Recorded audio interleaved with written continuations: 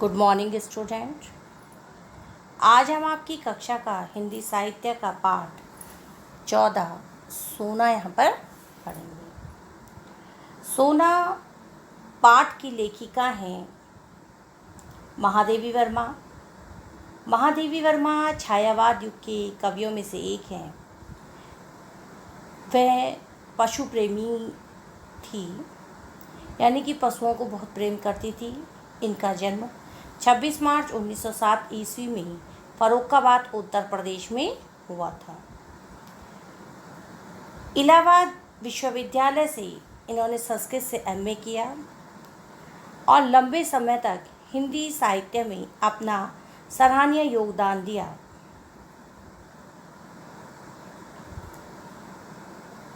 सोना महादेवी वर्मा के मेरा परिवार का एक अंश का सजीव चित्रण इस पाठ में उपलब्ध है। सोना एक हिरणी है जो सभी जीवों में से ऐसी कोई शक्ति अवश्य होती है जो उनमें स्नेह को समझने और वातावरण में घुल मिल जाने की क्षमता का विकास करती है। ये पशु मूक तो होते हैं, लेकिन स्नेह का भाव बहुत अच्छी तरह से समझते हैं। इसी प्रेम को इस पाठ के माध्यम से लेखिका ने हमें बताया है। इस पाठ के माध्यम से बताया है कि पशु प्रेम के बाद सोना का आज अचानक स्मृति हो आने का कारण है मेरे परिचित स्वर्गीय डॉक्टर धीरेन्द्र नाथ बसु की पौत्री सुष्मिता ने लिखा है। अब महादेवी वर्मा कहती है कि आज मुझे उसकी अचानक से स्मृति हो आई। किसकी? सोना की। और कारण क्या है कि उनके लिए डॉक्टर धीरेन्द्र नाथ बसु की पौत्री ने लिखा कि गत वर्ष अपने पड़ोसी से मुझे एक हिरन मिला था। बीते कुछ महीनों में हम उससे बहुत स्नेह करने लगे हैं, परंतु अब मैं अनुभव करती हूँ कि सघन जंगल में संबद्ध रहने के कारण तथा अब बड़े हो जाने के कारण उसे घूमने के लिए अधिक विस्तृत स्थान चाहिए। क्या कृपया करके आप उसे स्वीकार करेंगी? सुष्मिता ने ये पत्र के माध्यम से महादेवी वर्मा को लिखा कि मेरे पड़ोसी ने मुझे एक हिरन दिया और कुछ महीने में हम उससे बहुत स्नेह करने लगे हैं। अब कारण क्या था कि हिरन जो है बड़ा हो चला है, उसके घूमने के लिए अधिक विस्तृत स्थान चाहिए। और इसी कारण से सुष्मिता ने ये क्या किया, महादेवी वर्मा जी से कहा कि क्या कृपया करके आप उसे स्वीकार करेंगी? सचमुच मैं आपकी बहुत आभारी रहूँगी, क्योंकि आप जानती हैं कि मैं उसे ऐसे व्यक्ति को नहीं देना चाहती जो उससे बुरा व्यवहार करे।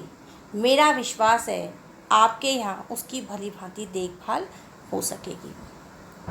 वो महादेवी वर्मा जी से पूछती हैं कि आप इसको स्वीकार करें, और मैं जानती हूँ कि यदि मैं किसी और इंसान को दूंगी तो वो इसकी देखभाल नहीं कर सकेगा। हो सकता है उसको जंगल में छोड़ दे, वहाँ उसे शेर खा ले, या फिर खुद ही उसका देखभाल सही से ना कर पाए। लेकिन मेरा विश्वास है आपके यहाँ पे क्या है, भली भांति देखभाल कर पाएंगे। कई वर्ष पूर्व मैंने निश्चय किया था कि अब हिरन नहीं पालूंगी। महादेवी वर्मा जी कहती है कि बहुत साल पहले मैंने निश्चय किया कि मैं आज के बाद कभी भी हिरन नहीं पालूंगी, परंतु आज उस नियम को भंग किए बिना इस कोमल प्राण जीव की रक्षा संभव नहीं है। और यदि मैं उस नियम को भंग नहीं करती, तोड़ती नहीं हूँ, तो मैं इसकी देखभाल कैसे कर सकूँगी, और फिर ये कोमल प्राण जीव की रक्षा संभव ही नहीं होगी। सोना इसी प्रकार अचानक आई थी, परंतु वह अब तक अपनी सहज अवस्था भी पार नहीं कर सकी थी। सुनहरे रंग का रेशमी लच्छों की गांठ के समान उसका कोमल लघु शरीर था, छोटा सा मुंह और बड़ी बड़ी पानीदार आंखें। देखती तो लगता था कि अभी छलक पड़ेंगी।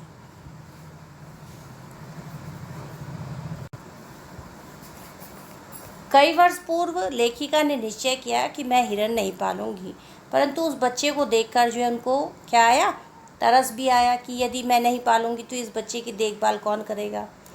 तो वो कहती हैं कि एक बार सोना क्या थी, जो हिरनी थी, कि छोटा बच्चा था, उसने अभी क्या किया था, शैश अवस्था यानी कि शिशु की अवस्था भी पार नहीं की थी। सुनहरे रंग का रेशमी लच्छों की गांठ के समान उसका कोमल लघु शरीर, छोटा सा सुनहरे रंग का वह हिरन का बच्चा, छोटा सा मुंह, बड़ी बड़ी पानीदार आंखें। देखते ही लगता था कि जैसे ही अभी इसकी आंखों से पानी छलक पड़ेगा, इतनी भरी हुई उसकी पानी से आंखें रहती थी। लंबे कान, पतली सुडौल टांगे, जिन्हें देखते ही प्रसुप्त गति की बिजली की लहर देखने वालों की आंखों में कौंध जाती थी। कि जब हम सोए रहते हैं, अचानक से कोई लाइट जलाता है तो हमारी आंखें क्या होती हैं, एकदम से सोई हुई आंखें, छोटी छोटी सी आंखें हो जाती है।